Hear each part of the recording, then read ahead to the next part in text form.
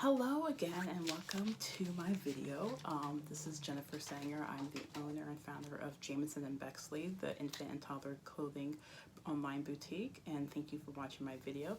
Do not mind my shirt. I just feel really not that great this morning, so I want to look a little more presentable, and I owe y'all an apology because last week my hair looked a whole mess, but my girl fixed my life.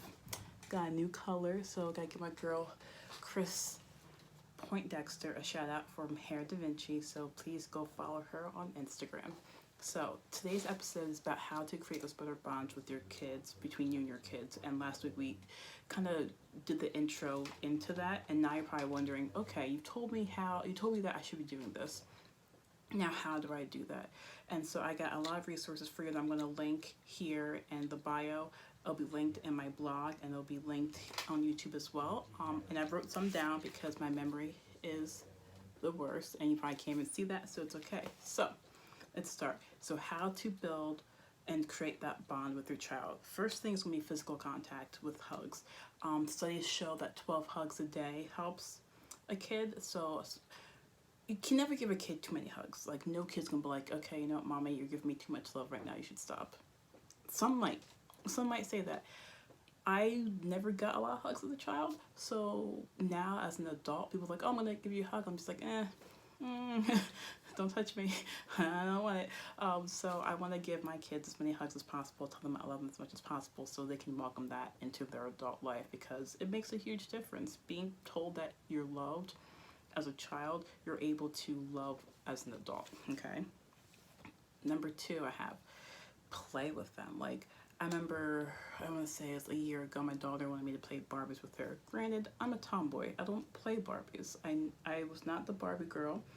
I was the gonna make mud pies outside. Okay, I was not into Barbies at all, but I played with her and I entertained that moment. Though to me, I was like, I don't know how to play Barbies, but okay. And she loved it, and she remembers that, and now she's just like, mommy, remember when you played Barbies with me? And I'm like, yeah, about that. Like, it was uncomfortable for me, but she remembers that, and she will always remember a time where mommy laid down on the floor with her and played Barbies. I think I was playing like Britney Spears on my phone and just having the Barbies dance, and I put it on my Instagram. It was hilarious. I actually enjoyed it very much. I should do that again with her. It was fun, so I'll have to do that again for sure. And speaking of phone, I know it's hard for me as a business owner that I'm always on my phone. I'm always, talking to my customers via my chat feature on the website, and it comes through my phone. If I get emails, it comes through my phone, and it's hard not to have my phone on me, but sometimes you have to just turn your phone off, because what your kids see you do, they replicate. So with my daughter, when she was an only child, me and my husband were always on our phones. It's not that hard to be on your phone. And now she has this Amazon Fire Kindle, and I'll see that she'll just be like that all the time, because that's what we do. I can't get mad at her for doing that, because mommy does that all the time. So does daddy. So I'm like, okay, with my son, I'm like, I don't want him to pick up that same behavior of always having something in his face. But you also have to lead by example. So if I have something in my face, he's going to want to do that too. Or he'll see me swiping and he'll grab my phone. Granted, he'll be 3 and all of us, he'll just start swiping. And I'm like, how did you learn? Oh, I taught him without even realizing it. So he's turn off your phone just for an hour or so, and be present for your child, okay? The next thing is, speaking of being present, see how that all kind of like transitions to each other?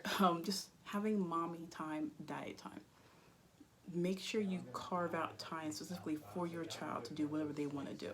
Like, and there's no phone, there's no TV. If they're like, I want to go outside and play in the water, go with them. Don't have your phone. You make sure that it's their time, and they recognize that, oh, mommy isn't doing anything but playing with me, has no other time, when nothing else is happening in the background. It's just me and mommy. They're going to appreciate that. And then I remember me and mommy would go on our Sunday walks to get ice cream. Those were the best days of my life. They'll remember that. And I am terrible. Sorry. Don't worry, I don't have the Rona. I don't. I swear I had a Reese's cup earlier, and it just came down the wrong hole. I'm gonna get messages like, oh girl, you coughed, you have the Rona. I swear I do not have the Rona. me and my family, we didn't have those mommy dark times. My mom worked a lot, my dad worked a lot, and I would go to school, come home, and do my homework and watch TV, and that was it. Our time was dinner, but then it's hard to talk at dinner because you're eating. So I definitely want to I want to be more present with my daughter and my son as well. My daughter more because she's older, and just make those times for mommy and Bexley. And also, since my daughter is my child, I need to learn, and all parents should be able to welcome emotions. Kids have a hard time translating how they're feeling. Um, the older they get, the more you're able to translate it for them. Like, for example, I know if my son does not take a nap for at least an hour, by 8:30, he's throwing something. He's having a meltdown. And he can't tell me, Mommy, I'm tired. It's me picking up that he's tired. So I need to be able to let him have that emotional breakdown. And you say, you know what? I understand you're having a rough day. Understand that you're really, really tired. And not yell at him about it because he can't control that. You know, right now he's at the age where he's phasing out naps. So he'll get cranky a little bit earlier, and I can't be upset with him because he's not napping anymore. So now it's recognizing, like, okay, if he's going to start getting cranky around like 7:30, maybe I should put him down earlier instead of letting him be up till 8:30 like he usually was. So or if they're having a meltdown because they lost their doll's shoe, my daughter Bexley, it happens all the time. It's letting her express her emotions and her anger and teaching her safe ways to express herself. That way, when she gets older, she'll be able to communicate better with her friends, her teachers, her future boyfriend or girlfriend. We don't judge. So just letting them have emotions and helping them work through those emotions. And why work through those emotions? See, again, it's transitioning, you know? It's listening. I'm a talker, if you haven't noticed. So learning how to stop and listen to your child, even if it's the silliest story. You know how toddlers can talk, and it's like, "Hey, mommy, I'm gonna tell you a story." You're like, "Okay," like, "All right, well, first was this boy named, John, and then blah blah blah blah blah, and you're just like, okay, I'm over this story." Just listen, just indulge them, listen to their crazy story, because they're gonna appreciate it. It'll be annoying. 9 times out of 10, it's super annoying, but just appreciate it and listen, because they're gonna be like, "Oh my gosh, my mom listened to everything." And then when they get older, when they get older, they'll tell you, "Mom, I'm dating this guy. This is what's happening." And because you listened when they're younger, they're gonna want to tell you more things because they can trust you. So definitely want to listen to your child. Let's see, and life is too short. I think we've all learned this the hard way. We've all lost someone or seen someone who's lost someone, and we need to learn how to just enjoy the moment. Carpe diem, seize the day, and just take a step back from something and just look around. I remember someone told me that at my wedding, like, at your wedding, at one time, just stop what you're doing, take a step back, and just look at everything and enjoy that moment, because you'll never have it again unless you get divorced, which I don't plan to, because there's no one else that's dealing with this. I'm a whole mess. But just step back and just enjoy that moment and do it with your children. Enjoy their moment, enjoy them growing up, because when they tell you, "Oh, it goes by so fast," and you're like, "All right, whatever, it's annoying." It's true. My daughter's starting kindergarten in the fall. I feel like I just had her. Like, I literally have like PTSD from her delivery. I feel like I just had her, but she'll be in kindergarten in a short couple of months. I'm just like, wow, like, where did time go? And I'll look through my phone at my videos of her. I'm like, I see the progression, but I'm like, I should have like paid more attention when I could. Now she's like damn near an adult, you know? Like, oh my gosh. So just enjoy the moment. At nighttime, just read them a story, lay in bed, cuddle with them. Again, it goes back to this whole 12 hugs. Just lay in bed for like, even if it's like 5-10 minutes. Let them recap their day to you in their own words. Or if they're like, "Nothing, how's your day?" Tell them your day, but make sure you use words that they understand. You know, like my daughter we talked about the other day. I was like, yeah, you know, Mama had a busy day. She had a lot of orders. And she was like, for my store? Because then after her, I'm like, yeah, you know, your store's getting really busy. And she was like, that's good, Mama. We have to go to work. And the next day, she's like, oh, we had to go to work, you know, for the business. Just having those conversations, but like in bed, kind of like to close out the day.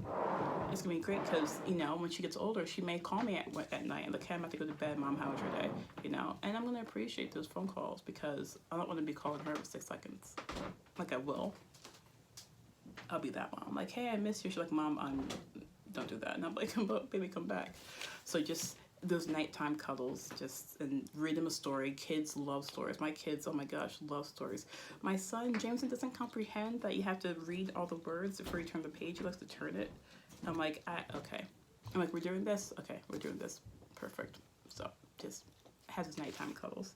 And lastly, just show up. Just be there. For anything and everything. I am currently a potty training my son right now. Send tips because he's fun. But I will sit there on the floor with him as he sits in the potty, and I'll just be there. Nothing comes out. Nothing happens. But he says I did it, and I'm like, yay! And I go, yeah, you did that. You did absolutely nothing. Absolutely nothing. But I showed up. I'm there, you know. My daughter, she likes to pick rocks and tree limbs, not limbs, like she pulls a tree limb, no, like twigs when we go for our walks, and you know, she'll bring it back. She wants to start a fire, and she's like, I want to start a fire this weekend. I'm like, okay, and I'm gonna show up because that's what she wants me to do, and she'll remember that when I do it. So those are some tips and tricks that I have. Again, I want to leave these in the notes. Please be sure to subscribe to this video, like what I'm talking about. And just so you know, I keep it all the way 100. I'm not the perfect parent. It's like, do as I say, not as I do. But I'm trying to be better. I'm trying to be better for my kids than I had growing up. So I'm learning this process with you. So yeah, check out the Jameson and Bexley store on jamesonandbexley.com. It's Jameson with an I. I want to feature a product each time I do a video, and this actually ties in very well. My daughter is a little fashionista. She gets it from her mama. Hey. And I did my last order for my spring summer stuff. I was like, hey, do you want to help me buy some clothing? And her eyes just like lit up, and she was like, yeah, let's do this. So I'm on my computer, and I say, you can pick out one thing you can have in your store, one thing, and I'll buy it. That's probably the biggest mistake financially in my life, but I did it. And I let her pick out a dress, and she picked out this cute unicorn dress. Like, so you can see it's a little glare. I can take it out the bag so you guys get a better look at it. Okay. So she picked out this dress. Super cute. It has love, Love, but the O is like a unicorn. It has like the little tulle skirts, it's like a peachish, orangish. Super soft material, super soft. And she loved it. So I'm like, all right, we'll do it. And you know, in all sizes. So we have it in 12 months all the way to a 6X. What I didn't realize is that I had to buy 4 of each size.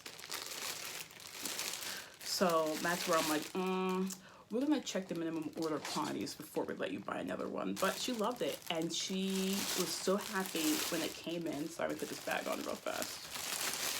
Ugh. There we go. She was super happy when it came in because she was like, that's my dress. I bought this dress. I was like, yeah, baby, you did it. You bought this dress. And she wanted to give it to all her friends. She's like, I need to give this dress to my friends. I'm like, all right, we're gonna do it. And I did some deliveries the other day to her friends. But she just gets so excited when she sees it. She's like, I bought that dress. I did that. And I'm like, she's gonna remember this when she's older. She'll remember the time that I let her pick something out and I bought it for her store.